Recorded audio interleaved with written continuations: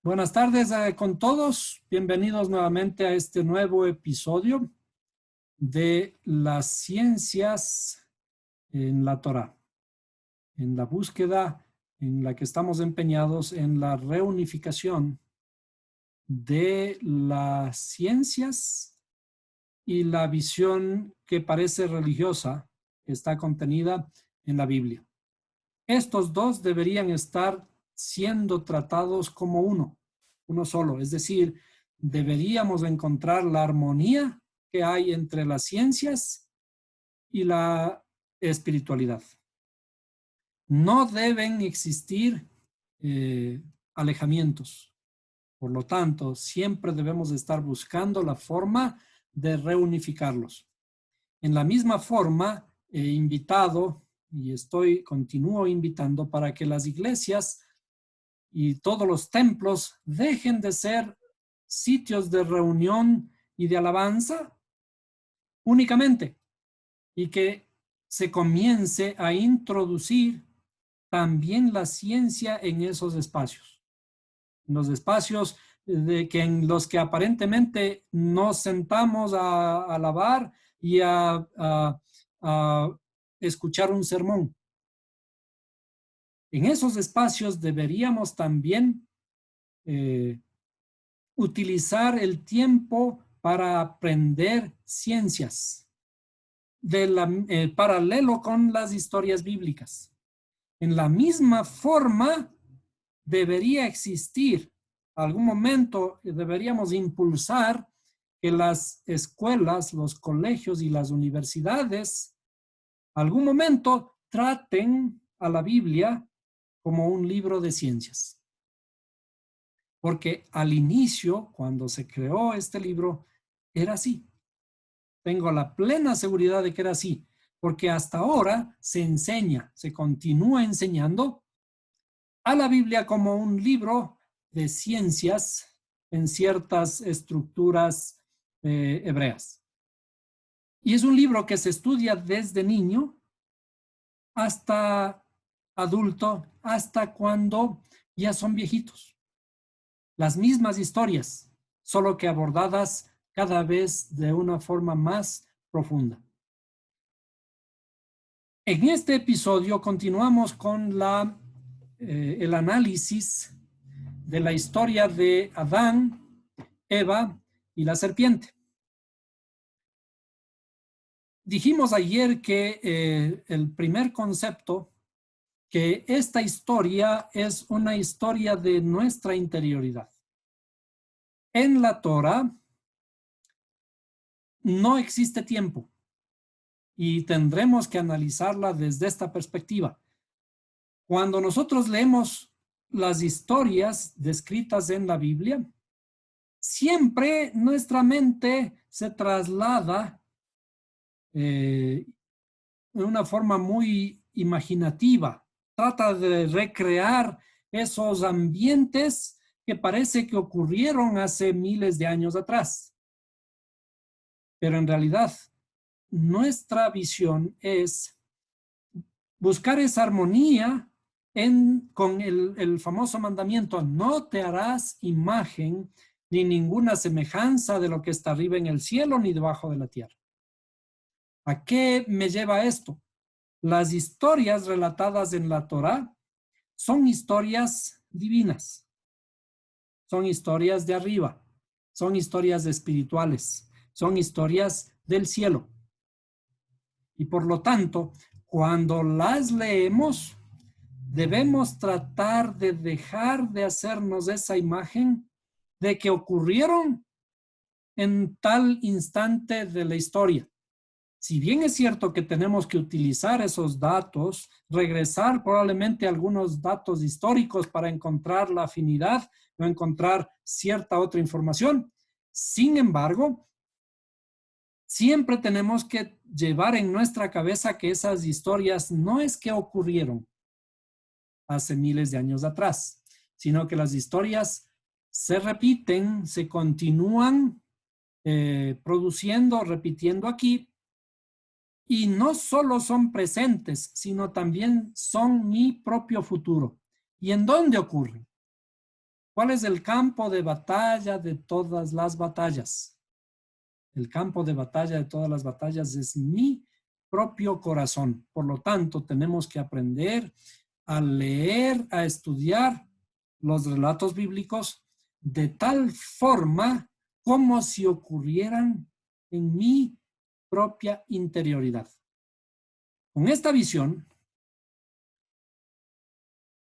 el análisis que hicimos acerca de Adán y Eva, hablábamos de que lo que está intentando la Escritura decirnos es de que el Creador, cuando dice en el principio creó Dios los cielos y la tierra, en realidad está describiendo de ese proceso continuo de creación, de que Él sigue siendo creador todo el tiempo en mi propia interioridad.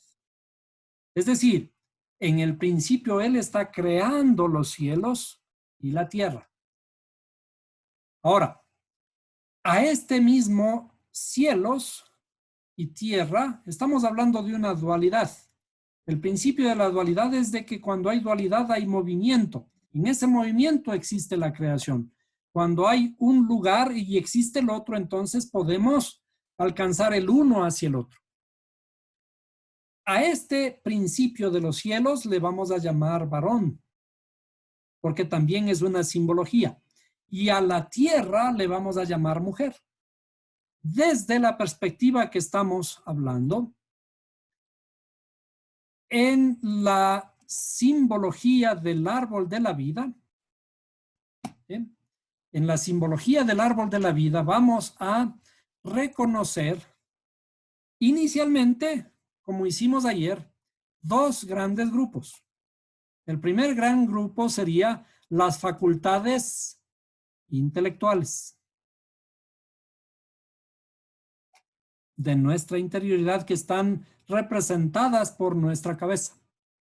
Y también las facultades emocionales. En dos grandes grupos les agrupamos y decimos estas son las facultades emocionales. Dijimos, a esto le llamamos cielos y a esta de acá le llamamos tierra.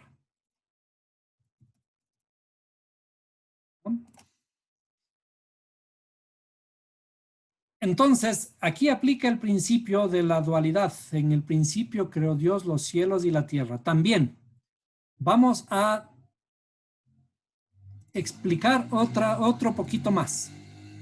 A este principio llamado cielos es el principio de dar. Y a esta conjunto interno, inferior interno, le llamamos el principio de recibir. Estos son dos grandes principios, los principios fundamentales que rigen todo lo que ocurre en el mundo entero, en el universo. Inicialmente diríamos el principio de dar y el principio de recibir. Estos dos principios son los que en el inicio de todo el creador separa. ¿Se acuerdan que en los versos de la escritura dice que y separó Dios las aguas superiores de las aguas inferiores? Son esta separación de aquí, la misma separación de los cielos y la tierra. Y puso un abismo de separación entre los dos. Vamos a dibujar el abismo de separación entre los dos. Este abismo es también una cortina. ¿Sí? Una cortina. Y curiosamente, esta cortina divide también dos grandes partes de lo que se conoce como el templo. ¿Se acuerdan que en el templo hay una cortina que divide el lugar sagrado del lugar santísimo? Pero inclusive el templo es una representación de nuestra propia interioridad. Esta cortina está puesta por el Creador, pero esta cortina está puesta ¿para qué? Esta cortina es un límite. ¿Para qué se ponen los límites? Los límites se ponen para romperlos. Los límites se ponen para romperlos algún momento. Entonces, el Creador puso una cortina, pero esa cortina tuvo que ser rota porque el mismo principio del Creador es de que los cielos tienen que unirse a la tierra. Y vamos a ver esto y pongámoslo enseguida. Dice, a este mismo principio de dar, le conocemos como varón. Y a este mismo principio de recibir se le conoce como mujer. Varón y mujer. ¿Qué tienen que hacer finalmente varón y mujer? Varón y mujer tienen que unificarse. Están puestos allí, separados. ¿Para qué? Para que se unan. Pero cuando estamos hablando de la unificación de varón y mujer, no olvidemos que estamos hablando de nuestra propia interioridad. Dijimos, este principio varón, lo que se llama los cielos, corresponde a las facultades intelectuales. A este principio mujer corresponde a las facultades emocionales. ¿Por qué se le dice mujer? Porque las mujeres son preciosas. Porque las mujeres son hermosas. Y entonces, como las mujeres son hermosas, las mujeres se le asocia a este principio, al principio de recibir, al principio emocional, a todas las emociones internas nuestras. Nosotros, los varones, somos un poco más fríos y por eso es que se asocia al principio de dar, al principio varón, a nuestra inteligencia interna, tanto de hombres como de mujeres, a la inteligencia se le llama un principio masculino. Pero ¿qué ocurre? Generalmente, debido a esta separación, a la separación que fue puesta desde el principio, esta separación me impide unirme con mi mujer. Esta separación, esta cortina, a esta cortina se le llama estar espalda con espalda. ¿Por qué? Porque me pone un impedimento para que el varón pueda mirar a su mujer. O sea, como hay una separación, y esa separación está puesta aquí como que fuera un cuello, ¿no? Nuestro cuello simboliza esa separación, esa restricción que hay para que la inteligencia pueda conocer a sus emociones, ¿cierto? Esa cortina es la separación, ese abismo de separación que existe entre la tierra y los cielos. Y esa es la cortina que tenemos que romper para que se produzca la unificación. El trabajo del varón algún momento tiene que llegar a hacer conocer a su mujer. Decíamos que esta cortina significa espalda con espalda. ¿Por qué? Porque el varón no puede ver a su mujer, ni la mujer puede ver a su varón. Es como si estuvieran dos personas espalda con espalda, pero no son personas, son personificaciones. La personificación de dar, el deseo de dar, y la personificación del deseo de recibir. La personificación es una figura literaria que yo empleo dándoles forma, dándoles una característica como si fuera humana a estos dos principios en mi interioridad. A esto se le conoce también como antropomorfismo. Un antropomorfismo es, le doy una característica humana a dos principios que no son humanos, dos principios que no son seres, ¿no? Son parte de nuestra interioridad. A estos dos principios, el principio de dar y el principio de recibir, a los cielos y la tierra, al varón y mujer, se le llaman también en la escritura Adán, como habíamos visto en la clase anterior. Adán, y a la parte de abajo se le llama Eva o Java en hebreo. ¿Ven? Entonces, para que estos dos funcionen, decíamos que tienen que unirse. Pero antes de que ocurra esa unificación, ocurre lo que vemos en la historia del jardín del Edén. Que estaban los dos felices en el jardín del Edén, que es mi interioridad. Adán y Eva, Adán y Java, estaban felices. ¿Y qué órdenes les había dado el Creador para que ellos, o que Adán, antes de que exista Eva, para que Adán haga en el jardín? Y dice, tienes que cuidar la tierra. Es curioso, ¿no? Que en un jardín en donde no había más personas, el trabajo que le da Adán es de guardar y cuidar la tierra. ¿De quién? Si no había quien lo robe.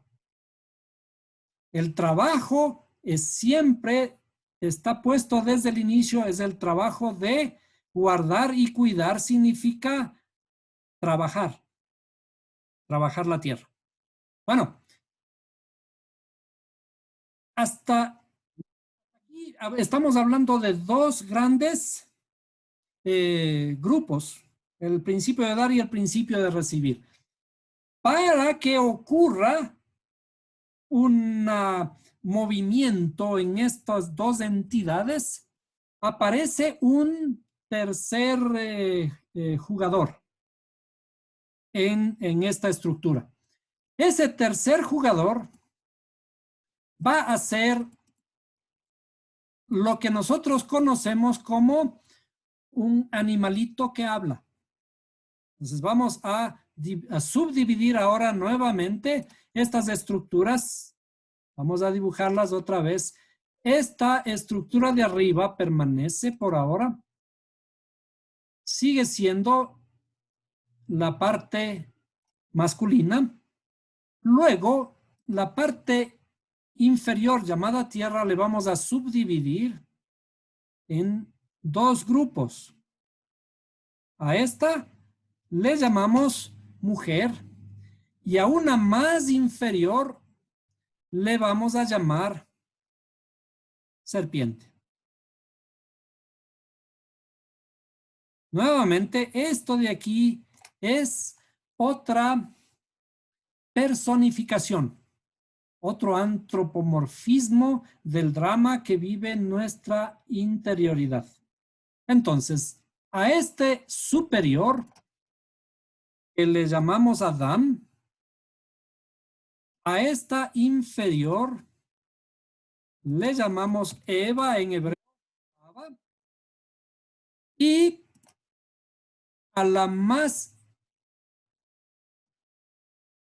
inferior le llamamos serpiente en hebreo, Nahash. ¿Sí? Es la serpiente, ¿no es cierto? Ahora, estos dos grupos en que hemos dividido la parte inferior y estamos dejando todavía algo un poquito más abajo, ¿no? Algo suelto. Estos dos ahora pasan a jugar parte de la historia del jardín del Edén. ¿Qué nosotros leemos? ¿Qué ocurre? Dice que vino la serpiente, que era la más astuta de todos los animales del huerto. Esto hay que tener cuidado, ¿no? Dice que la serpiente era la más astuta de todos los animales del huerto. Y esto anoten, por favor, porque vamos a ver luego con números. Al ser la más astuta de todos los huertos, se presenta ante Eva, ante Java, y le dice, le cuestiona. dice, ¿no quieres comer de este árbol? Desde luego, Eva le dice, no me está permitido comer. Pero ella le dice una verdad, le dice, ¿y por qué no vas a comer si es una fruta apetecible? Ella dice, no, porque no me está permitido. Pero dice, ¿por qué no te está permitido? Si en realidad, si comieres de este árbol, ciertamente dice que seréis como Dios. Le estaba simplemente abriendo los ojos. Entonces, le hace jugar a Eva este juego para que Eva coma y come del fruto. Entonces ahora come Java del fruto, pero no se queda contenta, es decir, aquí vemos el engaño, y no se queda contenta y presenta el fruto también a su esposo. ¿Qué significa? En realidad lo que está ocurriendo aquí es de que Eva ya come del fruto, ¿sí? Come del fruto, le da de comer a Adán. En nuestra interioridad lo que está ocurriendo es que mis emociones, el primero sería mi parte intestinal, la parte más baja de mi interioridad, que corresponde a mis intereses, a mi egoísmo, a lo que le conocemos como como el salir el indio, como esa cosa de que perdí el control. Si pierdo el control, si pierdo el control influye sobre mis emociones. Este control de aquí influye sobre mis emociones, ¿sí? Luego de que tengo un arrebato de locura, me emociono y cuando me emociono también influyo sobre mi inteligencia, pero influyo en forma negativa, es decir, me nublo la inteligencia, pierdo el sentido, no pienso y únicamente actúo por mi egoísmo y mis emociones. A eso se refiere el comer del fruto prohibido, el árbol de la vida. Y cuando hacemos esto, en realidad, ¿qué es lo que estamos haciendo? Estamos despreciando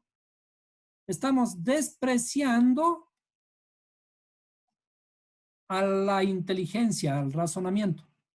¿Qué ocurre cuando perdemos el control? Cuando perdemos el control, no pienso, sino únicamente actúo. Y cuando hemos hecho esto, en realidad, ¿quién tiene el control aquí? El que tiene control es esta parte inferior. La inteligencia está anulada y por lo tanto el árbol en realidad está invertido. ¿Quién predomina? Predomina mi egoísmo, predominan mis emociones y no tengo inteligencia. Ahora, veamos esto mismo desde el punto de vista hebreo. Cuando nosotros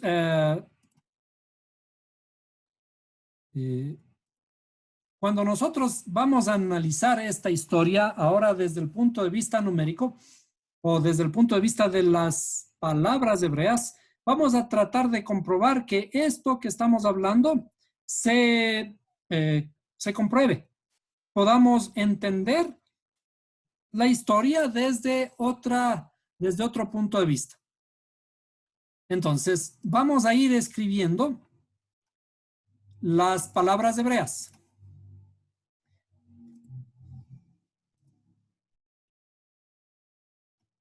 Entonces, a ver, vamos a entrar a un documento aquí.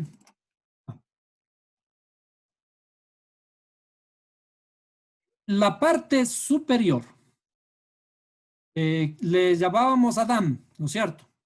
Adam se escribe en hebreo Aleph, Dalet y Mem. Aquí entramos a esta parte que tenemos que escribir y calcular, ¿no? No se olviden que tenemos que tener a la mano todas las herramientas. Adán, vimos en la escritura, en Génesis 5:2, cuando habla del ser humano está hablando de esa estructura que está compuesta de varón y mujer. Ahora, separamos ese varón y mujer, separamos en la parte masculina, en la parte femenina y también en la parte conductual.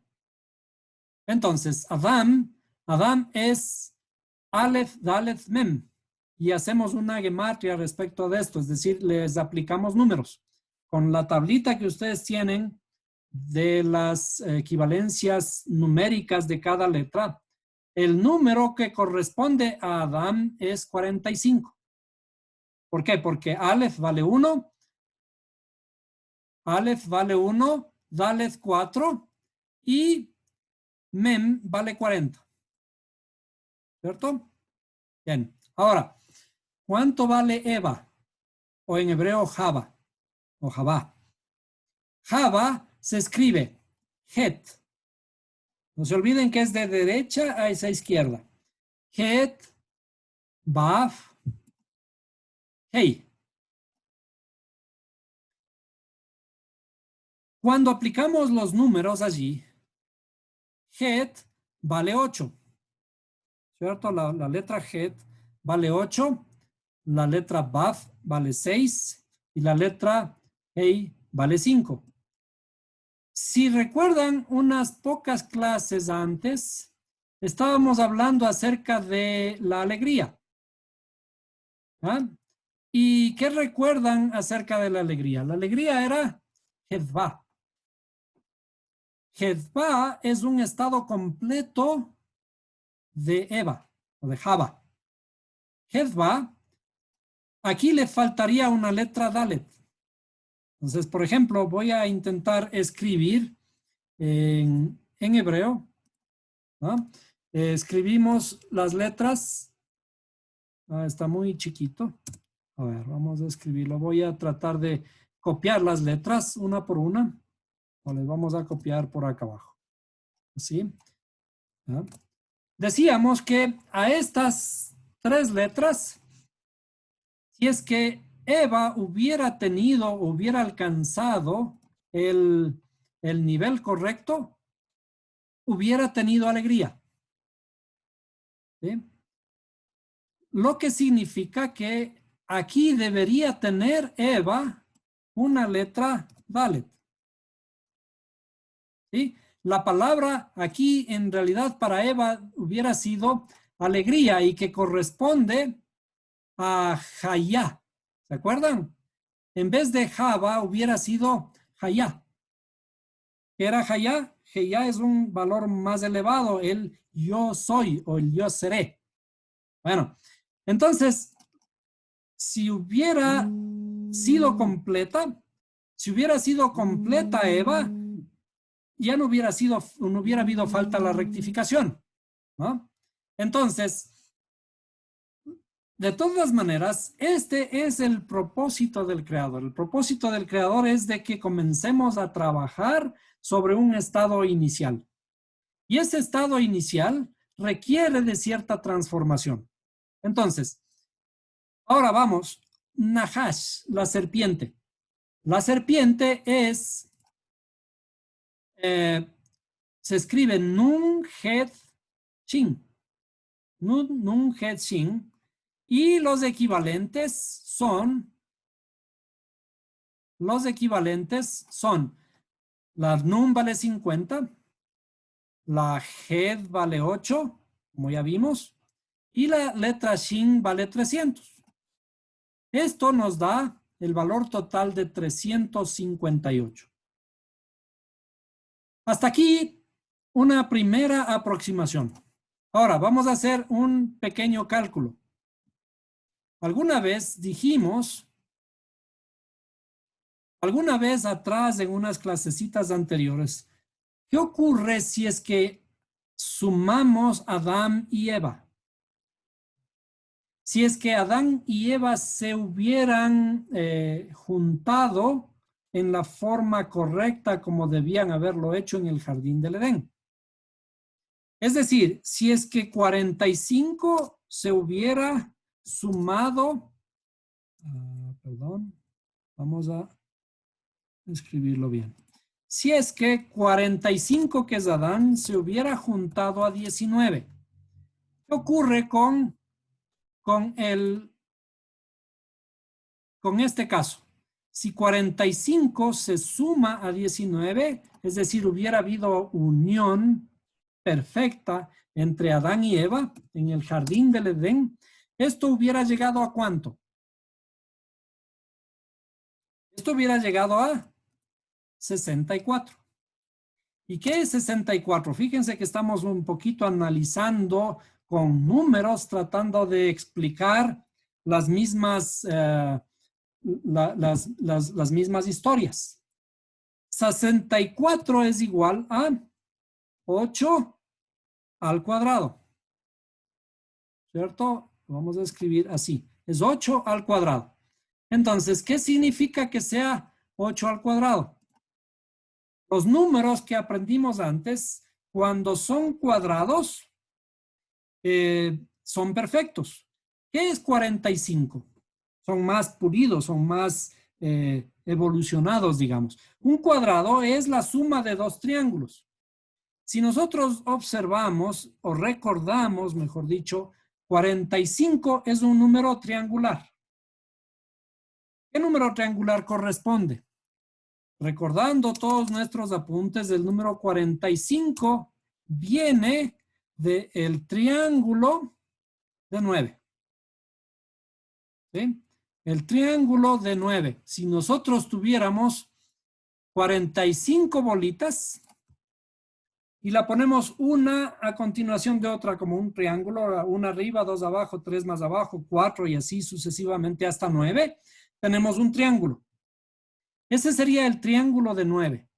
Es decir, Adán está en el primer estado de evolución.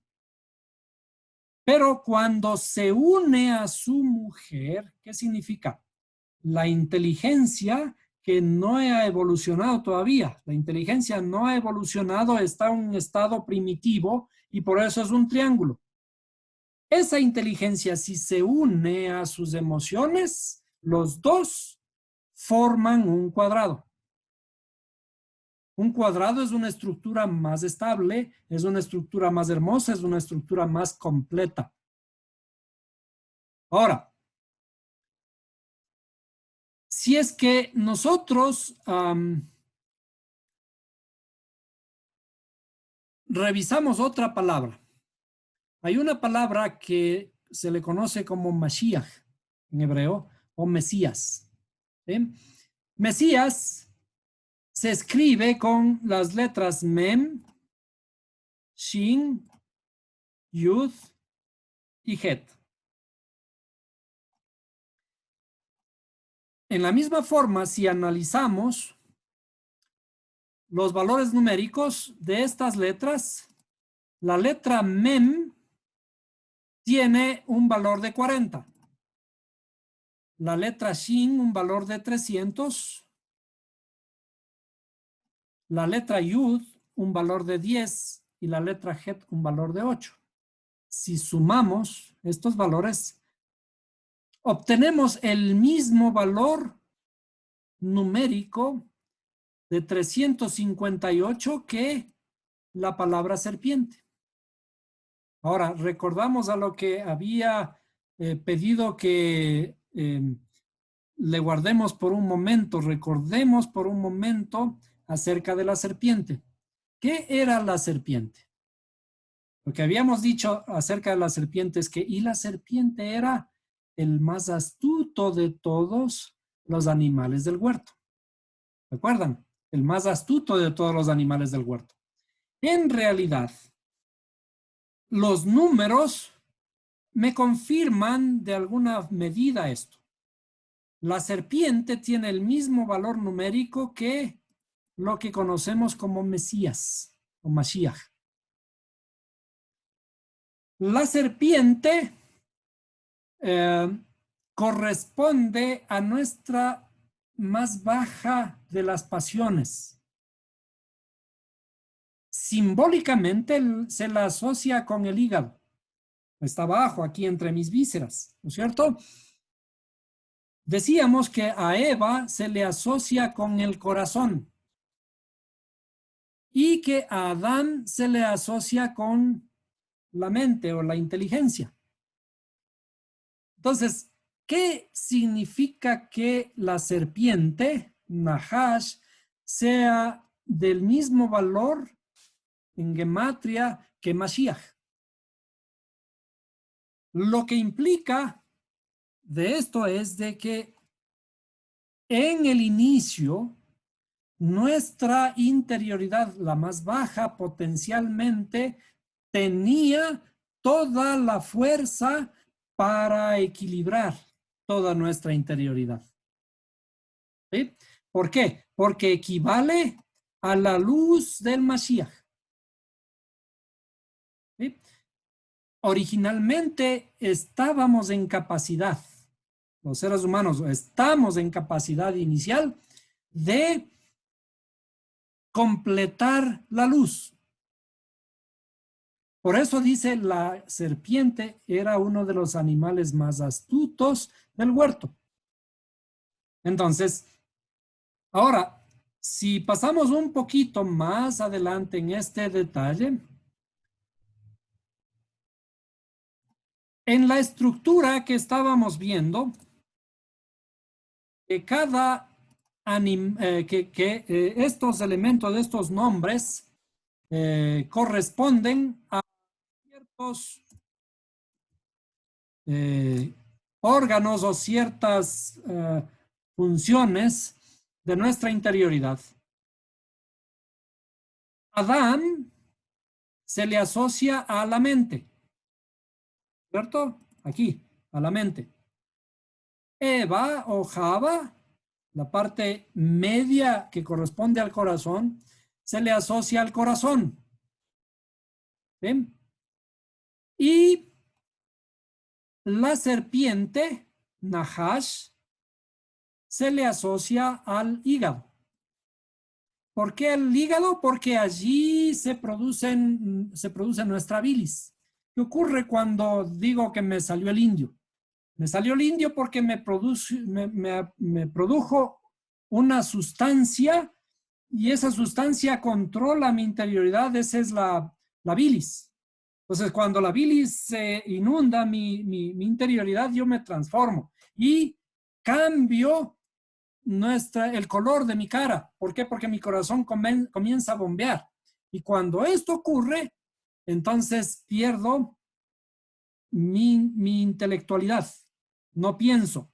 Y eso está aquí en mi cerebro. Entonces, estos tres elementos corresponden a la mente, corazón y el hígado. Ahora, en la misma forma en hebreo, mente es moach, ¿sí? Y se escribe con mem y het. Y vamos sacándole la gematria. Si mem vale 40 y het vale 8, entonces moach vale 48. Ahora, corazón es otra de las palabras que ya vimos en una clase pasada. Corazón se escribe con dos letras, lamed y bet. Si a estas dos sacamos también los valores numéricos, teníamos lamed vale 30 y bet vale 2. Por lo tanto, la palabra corazón vale 2. La palabra lev, corazón, vale, 32. ¿No es cierto? Y tenemos 32. Y luego, hígado en hebreo es kabed. El hígado se escribe con la letra Haf, con la letra Bet y con la letra Dalet. ¿Ah?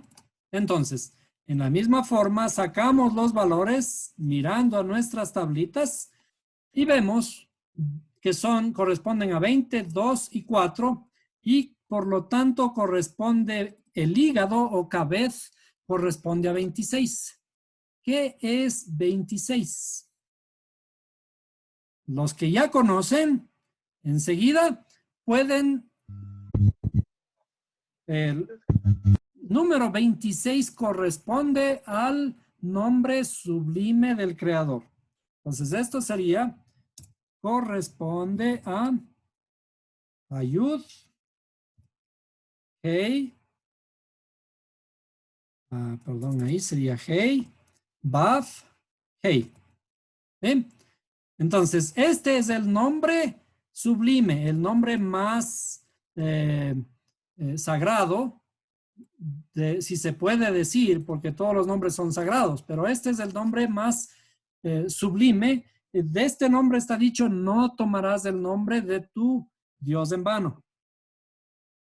Este nombre, si es que nosotros sacamos la gematria, los valores numéricos serían así mismo, ¿no?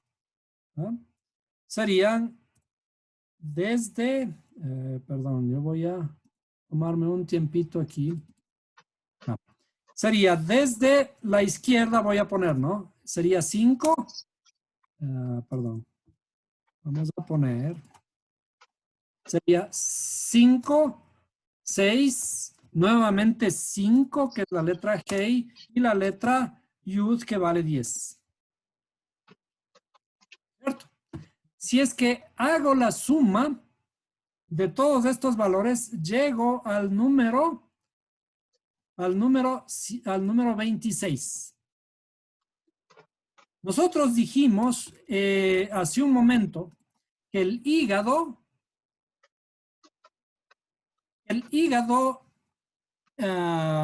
perdón, la serpiente Nahash tenía el mismo valor numérico que Mashiach, ¿cierto? El mismo valor numérico que Mashiach. Ahora, el hígado, que es el órgano que corresponde a la serpiente Nahash, tiene el mismo valor numérico que el creador, que el nombre del creador. Entonces, si vemos que allí hay una armonía, ¿no es cierto? Hay una armonía. El potencial encerrado en el hígado, psicológicamente, no estamos hablando físicamente, sino que psicológicamente, que corresponde a mi ego. En el ego está escondido toda la potencialidad mía de llegar a ser como el creador. Y por tanto, ¿cuál es el drama de nuestras almas? El drama de nuestras almas corresponde precisamente al equilibrio que debe haber entre estas dos entidades, ¿sí?, llamadas la serpiente y Mashiach. Entonces yo aquí tengo un desequilibrio.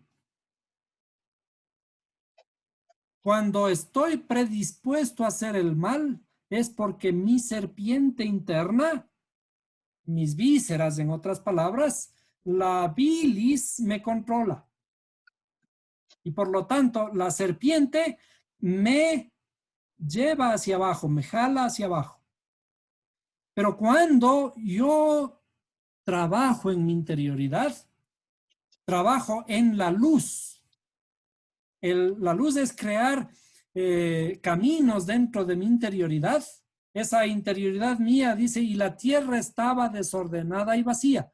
¿A qué le llamamos tierra? A esta parte inferior. Mi tierra está desordenada y vacía. Sí, pero si a esa tierra le comenzamos a llenar de luz, la luz es Mashiach.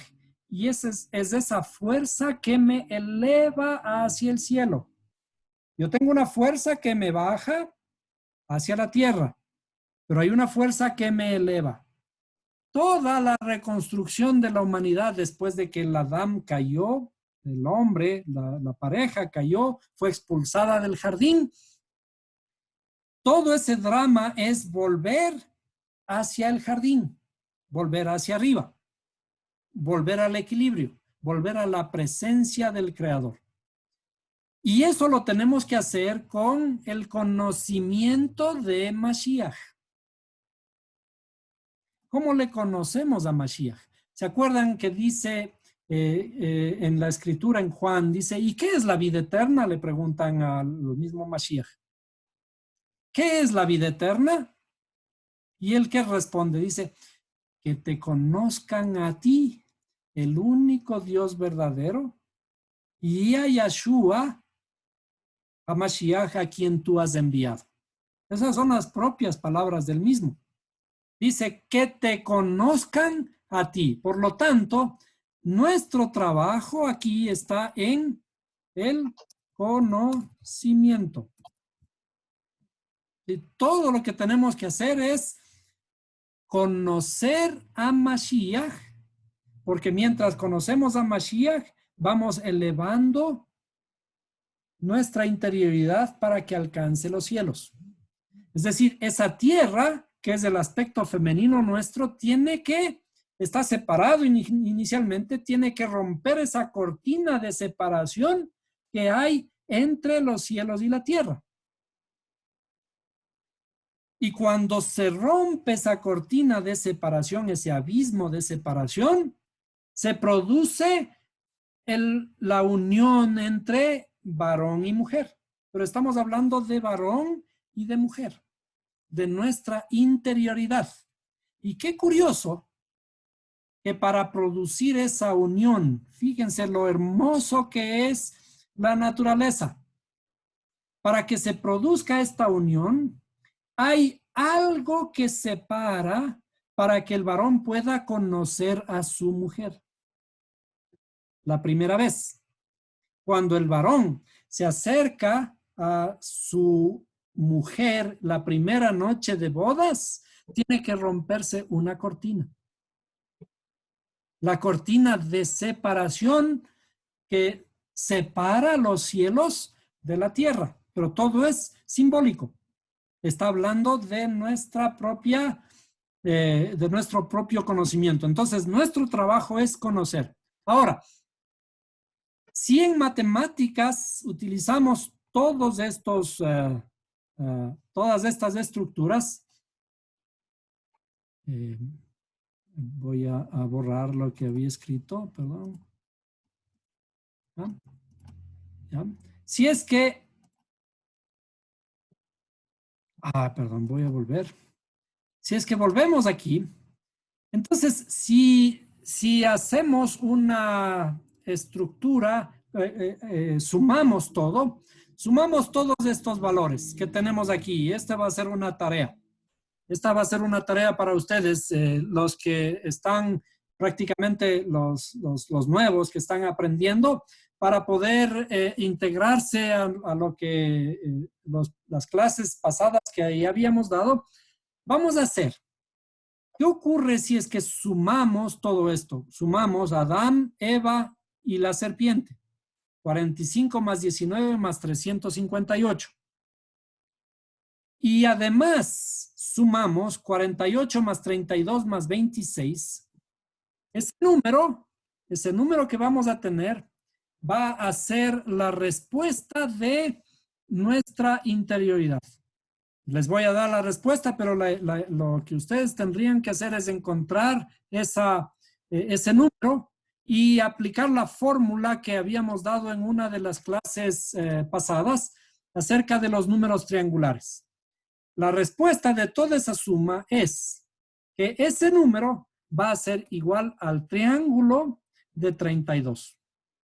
Y lo voy a escribir un poquito así. El triángulo de 32. ¿Qué es el triángulo de 32? Decíamos, va a ser la suma de Adán, Eva y la serpiente, Adán, Javá y Nahash. Y después, la suma de Moab, Lev y Cabed. Esos números, si les sumamos, vamos a ponerle la respuesta aquí, ¿no es cierto? Ustedes le van a poner la respuesta y vamos a aplicar la fórmula que habíamos hablado en las otras clases para encontrar la fórmula del número triangular. El triángulo de n es igual a ¿qué? A n por n más 1 sobre 2. El triángulo de n, es decir, el triángulo, por ejemplo, en este caso, y ya podemos adivinar de qué número se trata. El triángulo de 32 me debe dar ¿qué número? Sería el triángulo de 32, lo voy a poner así, el triángulo de 32, ¿ah? Y ustedes van a comprobar si es que lo que sacaron, la suma que sacaron es la correcta. El triángulo de 32 va a ser igual a 32 más por 33, porque es 32 más 1, ¿no? Sería 33 sobre 2. ¿Y esto qué da? 32 por 33 sobre 2. Y ese número es el resultado de lo que sumamos antes. ¿Qué significa esto? Cuando el triángulo de un número, y en este caso 32, entonces tenemos un triángulo, ¿no? Decimos que este triángulo tiene, perdón que lo hice así, o vamos a hacerlo mejor. Aquí sí tengo un triángulo, tengo líneas para hacer.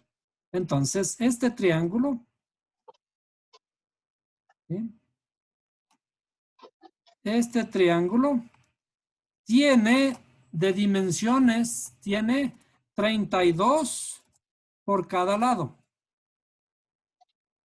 ¿Sí? 32 aquí, 32 acá y 32 acá. ¿Sí?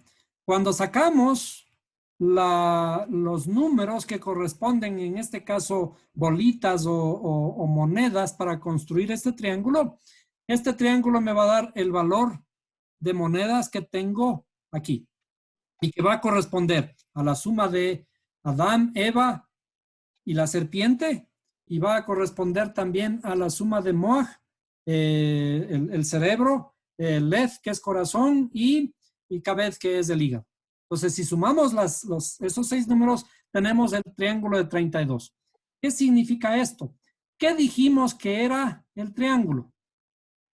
El triángulo de 32 es el desarrollo de mi individualidad, de mi interioridad, la evolución. Pero, ¿qué implica? ¿Qué evoluciona? ¿Qué estamos construyendo con este triángulo? Estamos construyendo un corazón, porque se acuerdan, ¿cómo se escribe corazón en hebreo? Se escribe Lamed Bet. ¿Sí? Lamed Bet. ¿Cuánto valía la letra Lamed? La letra Lamed vale 30. ¿Y cuánto vale la letra Bet? La letra Bet vale 2. ¿Cuánto suma? Por lo tanto, esto suma 32. ¿Sí?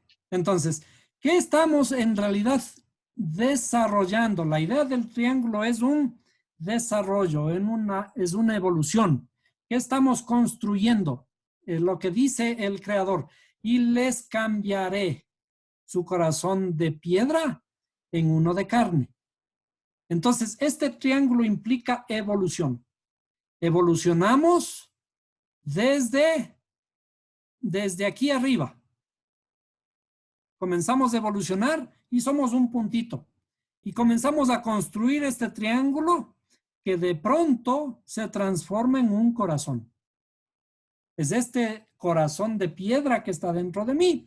Se desarrolla y al final hemos construido un corazón de carne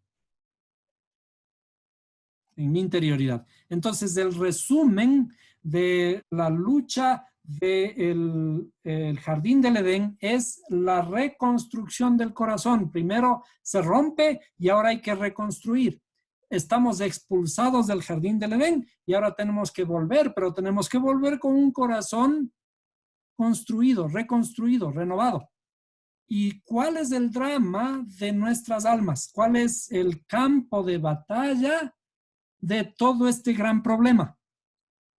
Nosotros vemos aquí que el campo de batalla de todo ese problema del jardín del Edén, de la expulsión y de la reconstrucción, es el corazón del hombre. El corazón del hombre se trata de reconstruir lo que está dañado, lo que está roto. ¿Sí? Entonces, bien, creo que ya nos hemos extendido por un buen tiempo también, otra vez. Si tienen preguntas hasta ahí puntuales sobre esta clase, para antes de dar terminada esta parte. Si no, procedemos a abrir el mensaje. Solo una pequeña corrección, Marquito. ¿Sí? En el código de Mashiach hay un error, me parece. Si le revisas de nuevo, ¿Cuál? en la superior de Mashiach. Mashiach. Bueno, ya le vamos a ver.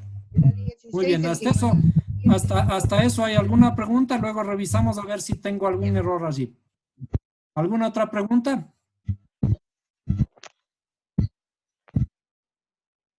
Bien, si no, entonces damos por cerrada esta parte y le abrimos el espacio sobre el tema. Dígame.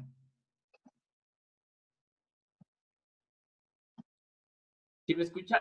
Sí. Ya. Es sobre lo que usted acabó de decir ahorita, que el cuadrado es el más, ¿cómo se llama? Más, figura compleja, más compleja que un triángulo. Y dice que es más estable. Pero Sí. el otro día estuvimos hablando referente al triángulo, me dijo Bueno, que es más estable que el cuadrado. Bueno, sí, perdón. No quise decir estable, sino compleja. Ah, ya. El cuadrado es complejo, ¿por qué? Porque tiene dos triángulos. ¿Sí? Ya. Obviamente el triángulo es la parte más estable. Sí. Bueno, entonces, bien, si no hay alguna otra pregunta respecto de este tema, continuaremos el día de mañana con un nuevo episodio. Hasta tanto, muchas bendiciones y que todos esperemos podamos cuidarnos ante estos problemas que estamos enfrentando, que podamos tener la suficiente alegría, porque la única arma que podemos tener en contra de este grave problema en realidad es la alegría, el positivismo. Nos veremos mañana.